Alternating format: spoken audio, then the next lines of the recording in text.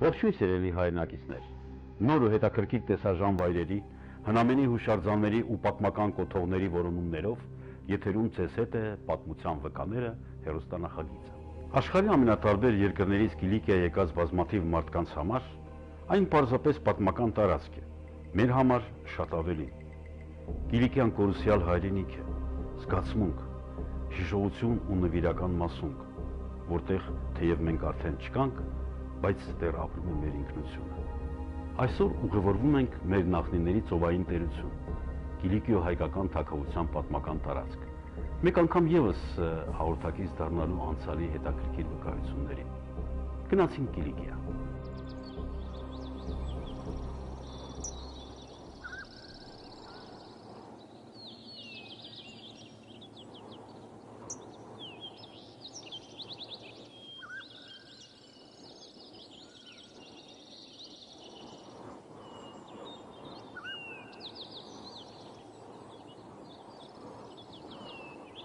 Արաբ պատմիչների վկայությամբ Անտիոքի գավառում նշանավոր էր Բաքրաս բերդը։ Պաղրասը գտնվում էր լեռան կատարին, շատ անառիկ և անմատչելի դիրքով է։ Կարծիքներ կան, որ բերդը գոյություն է ունեցել դեռևս Հռոմի տիրապետության դարաշրջանից, իսկ միջնադարում այն ընդամենը վերակառուցվել ու ձևափոխվել է։ Նման կարծիքի համար հիմնավոր ապացույցներ են հանդիսանում քառակուսի հսկա աշտարակներն ու սյուները, որոնք ըստ հնագետների հին հռոմեական ճարտարապետական տարրեր են։ 11-րդ դարավերջին այս կողմերով անցնող խաչակիրները հանդիպում են այս անառիկ, սակայն զարմանալիորեն լքված բերդին և այն նորոգելով դարձնում իրենց հերթական ամրություններից։ Սակայն դա երկար չի տևում, քանի որ Կիլիկիո իշխանած իշխան Թորոս II-ն իշխանության գալով անմիջապես գրավում է այն։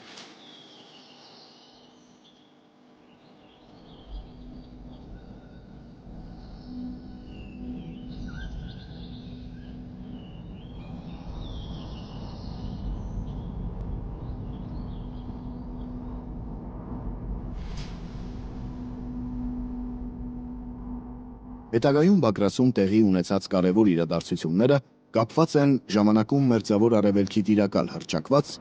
Երուսաղեմի նվաճող Սալահ ալ-Դին Սուլթանի անվան հետ։ 1189 թվականին նա պաշարում է Բաքրասը, հույս ունենալով, որ իր ճանապարհին հանդիպած մյուս բերդերի ու բնակավայրերի պես արագ կգրավի այս մեկը ևս։ Սակայն մահմեդական աշխարհի իմաստուն ստրատեգն այս անգամ սխալվեց։ Բերդի փոքրաթիվ պաշտպաններն օրեր շարունակ այնպես են դիմադրում, որ թվում է պատերի հետևում զորաբանակներ են կանգնած։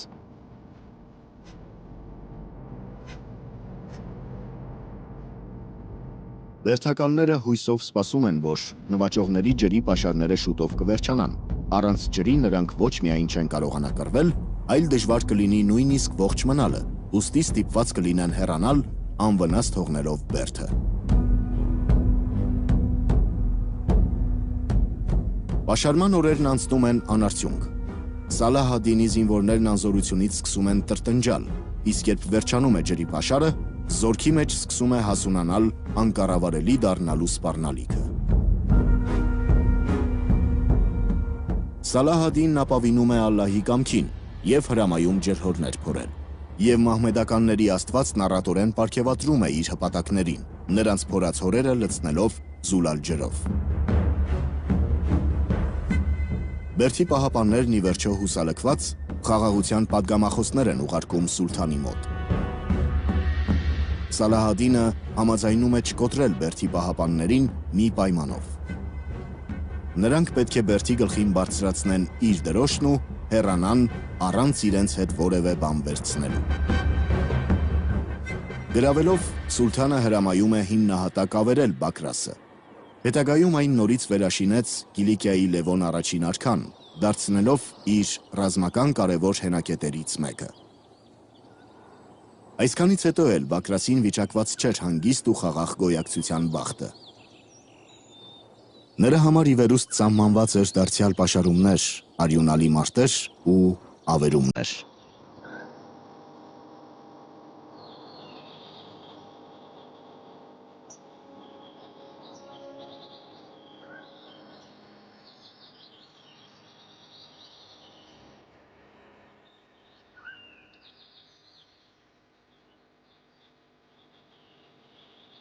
1236 թվականին Հալեպի սուլթանի հորեղբայր Թուրանշահ Զորավարը մեծ զորքով գալիս է Բերդի վրա, սակայն չի կարողանում գրավել։ Նրան հաջորդում է Պիպարս Եգիպտացին։ Նա նախ գրավում է Անտիոքը։ Բագրասի պահապանները դա իմանալով անիմաստ են համարում պաշտպանվելը և լքում են Բերդը։ Զարմանքից ապշահար Պիպարսը ընդունում է Բագրասը որպես Բարձրյալի կողմից ուղարկված մեծ նվեր։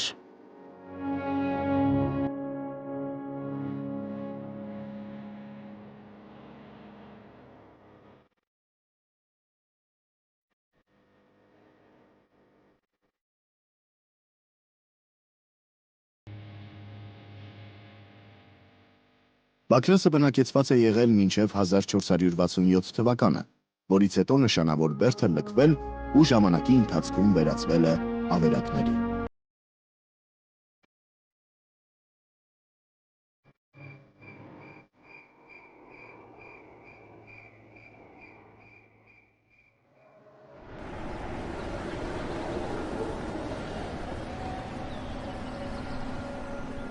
Անթակիան, պատմական Անտիոքը, գտնվում է ժամանակակից Թուրքիայի հարավում և սահմանակից է Սիրիային։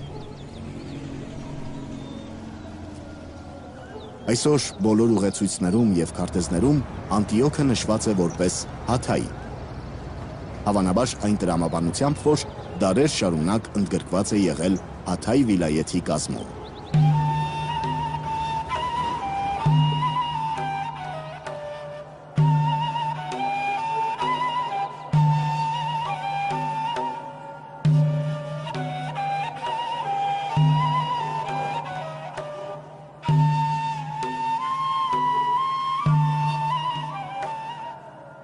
Արևելքի Թաքուին անվանված Անտաքիա քաղաքը համաձայն ավանդության մեր թվարկությունից առաջ 300-ական թվականներին մեծն մակեդոնացու մահից հետո հիմնել է Սելևկոսը։ Քաղաքը հիմնելու որոշումը կայացնելու համար Քլդախ լեռում մատաղ մատուցելով աստվածներից նշան է սպասել։ Աստվածները համաձայնել են երկիր ուղարկելով Արծվի։ Քաղաքը նշանավոր է եղել նաև հռոմեական, ապա բյուզանդական դարաշրջաններում, այնուհետև դառնում է քրիստոնեության տարածման խոշոր կենտրոններից մեկը Միջերկրական ծովի արևելյան ափերին։ Բնակավայրն առաջին անգամ լրջորեն տուժեց խաչակրաց արշավանքի ժամանակ, երբ դեպի Տիրոջ գերեզմանը շտապող քրիստոնյա ասպետներն իրենց ճանապարհին ավերեցին նաև Անտիոքը։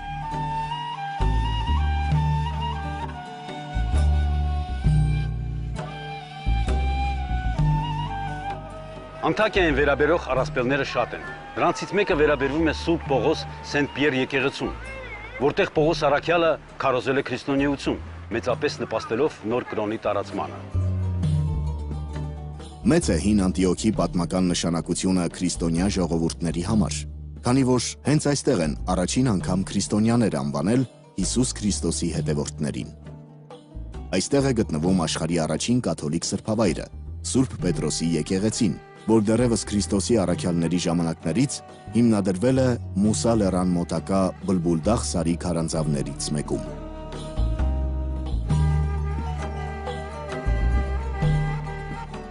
Քարանձավի կահավորանքը չափազանց համեստ է, մի փոքրիկ սուրբ սեղան, մի արձան և քարե գահ։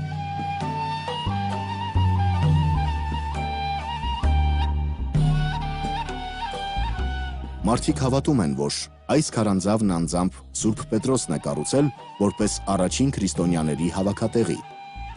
Ավանդաբար համարվում է, որ այս հողերում հենց Պողոս և Պետրոս առաքյալներն են քրիստոնեություն քարոզել մինչև մեր թվարկության 50-ական թվականները։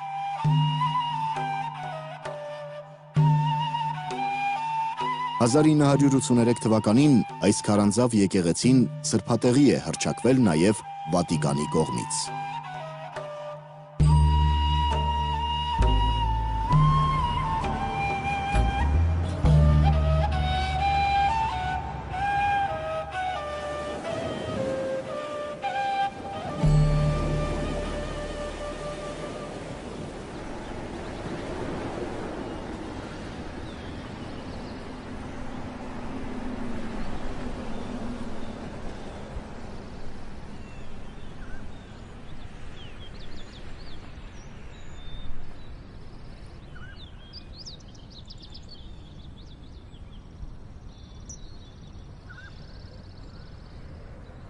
Սուրբ Պետրոսի քարանձավից ոչ այնքան հեռու Մուսա լեռան հակառակ լանջին է գտնվում Անտիոքի մյուս հինավուրց տեսարժան վայրը՝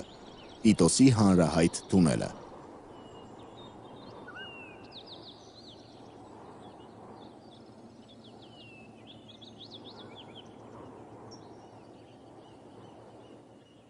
Անտակիա ամենաուշագրավ վայրերից է Տիտոսի թունելը։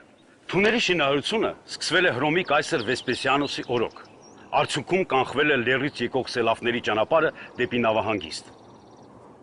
Նա հրամայում է իր բոլոր լեգիոններին, նավաստիներին ու բանտարկյալներին Ժայռոտ լեռան կրծքին բահերով ու քլունգներով մոտ 1 մղոնանոց թունել փորել։ Դաշանակիր աշխատանքը շարունակվում է տարիներով, նաև Վեսպասիանոսին հաջորդած Տիտոս կայսեր օրոք, և կոչվում հենց նրա անունով։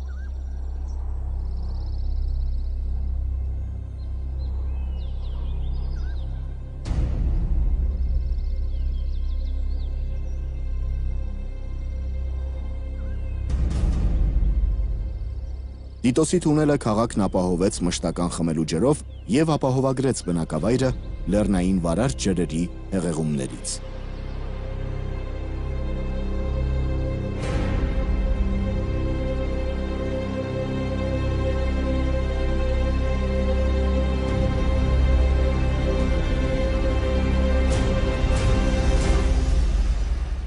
Այսօր Ջրանցք թունելը չոր է և ծառայում է հիմնականում որպես տուրիստների այցելության հերթական մի վայր։ Մի փոքր խորանալուց հետո թունելում խավարը դառնում է անթափանց և լապտերի կարիք է զգացվում, քանի որ արևի ճառագայթներն այստեղ ընդհանրապես չեն թափանցում։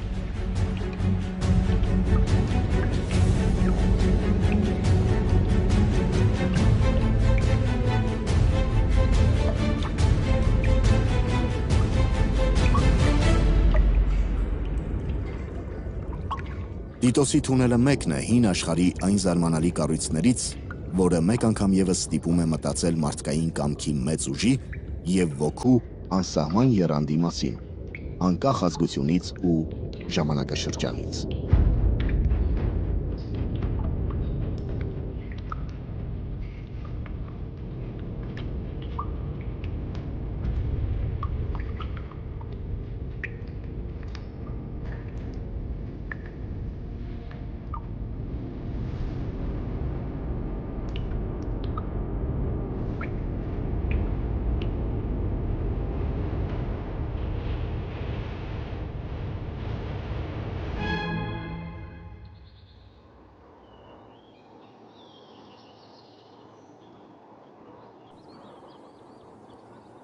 Հնագիտական աշխարհում Տիտոսի թունելը մեծ արժեք է ներկայացնում հատկապես ընդհանուր համալիրի մաս կազմող հին դամբարանի կատակոմբաների շնորհիվ։ Դժվար է ասել, թե երբ է ստորգետնյա այս գերեզմանոցում ամփոփվել առաջին հանգուցյալը, սակայն ժամանակի ընթացքում ընդլայնվելով այն դարձել է անդրշիրիմյան մի իսկական թագավորություն։ Սա ոչ միայն դամբարան է, այլև յուրահատուկ ճարտարապետական բարձրարժեք մի նմուշ, քանի որ բոլոր գերեզմանները ձեռքով փորվել և ստեղծվել են ժայռերի ամբողջական կտորներից, առանց շաղախի։ Դրանք ուսումնասիրելով կարելի է հստակ պատկերացնել այն ժամանակների հասարակության սոցիալական շերտավորման մասին։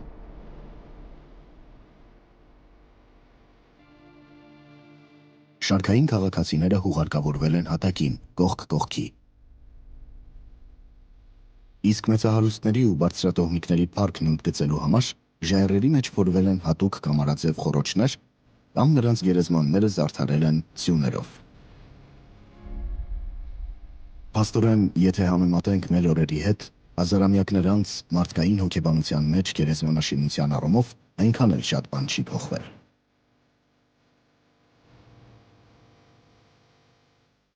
Այստեղ կարծես ամեն ինչ նույնությամբ պահպանված է գերեզմանասալերից ու հանգուցյալներից բացի։ Ուր են կորել նրանք,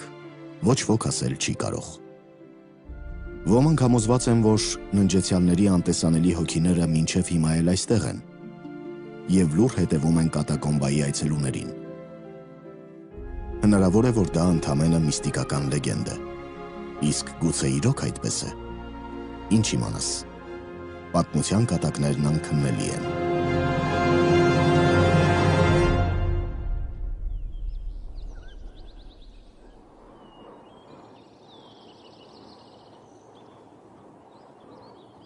Ամանոսյան լեռների արևմուտքում կոնաձև մի բարձունքի վրա դեռ հեռվից նշմարվում է հրաբխային սև քարով շարված այսօր արդեն կիսավեր մի բերդ։ Թոփրակ Քալե։ Զարմանալի է, սակայն այս բերդի ներկայիս Թոփրակ Քալե թուրքական անունը պատմական փաստաթղթերում գրեթե ոչ մի տեղ չի հանդիպում։ Փոխարենը կա հայկական անվան հիշատակումը։ Հողաբերդ։ Այսպես է կոչվել դաշտային Կիլիկիայի նշանավոր ամրություններից մեկը։ Հին բնակավայրերն անվանափոխվել են այնպիսի արագությամբ, ինչ հաճախականությամբ մեկը մյուսին փոխարինել են այդտեղ ապրող բնակիչները։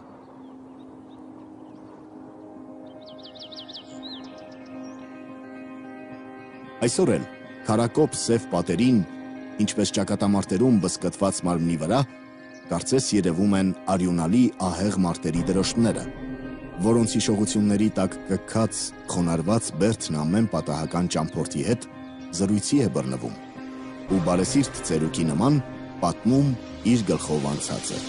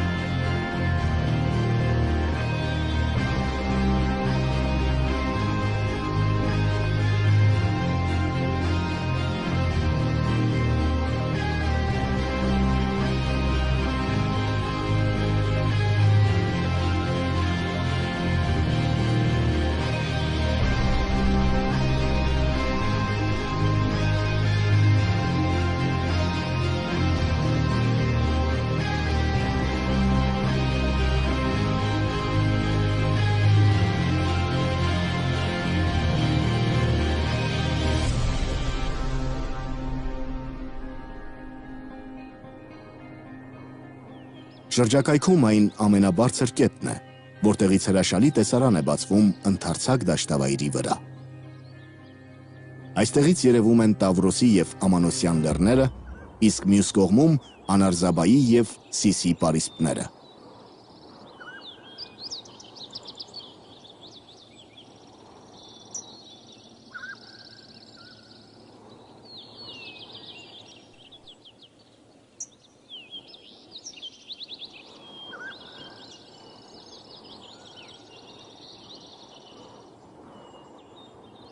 Թոփրակ Քալեն բերդի համար սովորական ենթակառույցներից բացի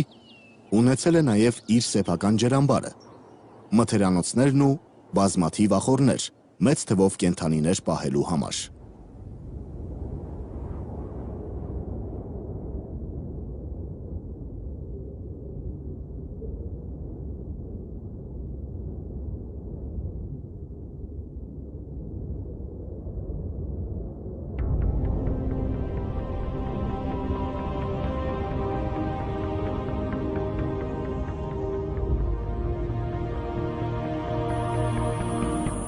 Ամրոցը կառուցվել է միջերկրական ծովը Սիրիայի հետ կապող ճանապարհը վերահսկելու համար։ Ամրոցի 12 աշտարակները վերակառուցվել են սև քարերով 8-րդ դարում Աբբասի խալիֆ Հարուն Ռաշիդի օրոք։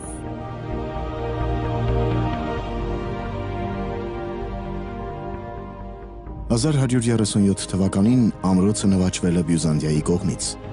սակայն 1151 թվականին այն ետ է գրավվել հայ իշխան Թորոս II-ի կողմից։ 1185 թվականին Թոփրակ Կալե ամրոցը տրվում է Անտիոքի կայսրությանը որպես փրկագին իշխան Ռուբենի վերադարձի դիմաց։ Անտիոքի դուքս Բոհեմոնդ III-ը դառնում է ամրոցի նոր տիրակալը։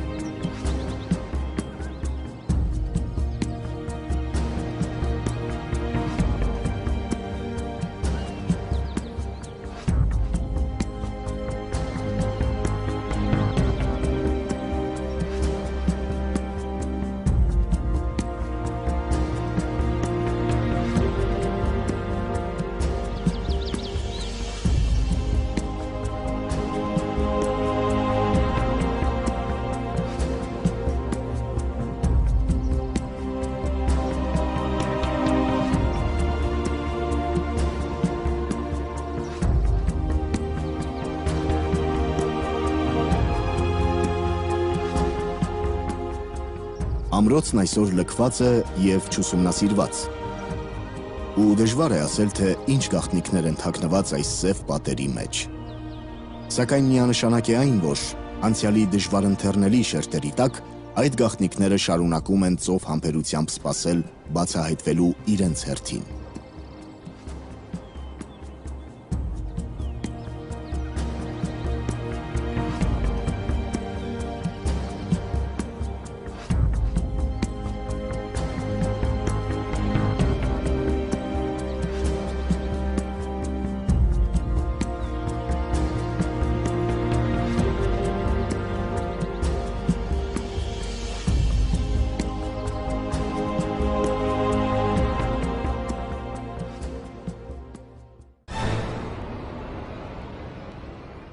Մի բան հաստատ է, սա մեր վերջին այցելությունը չէր, մենք այստեղ դեռ անելիք ունենք։ Այսօր այսքանը, կհանդիպենք մի քանի օրից։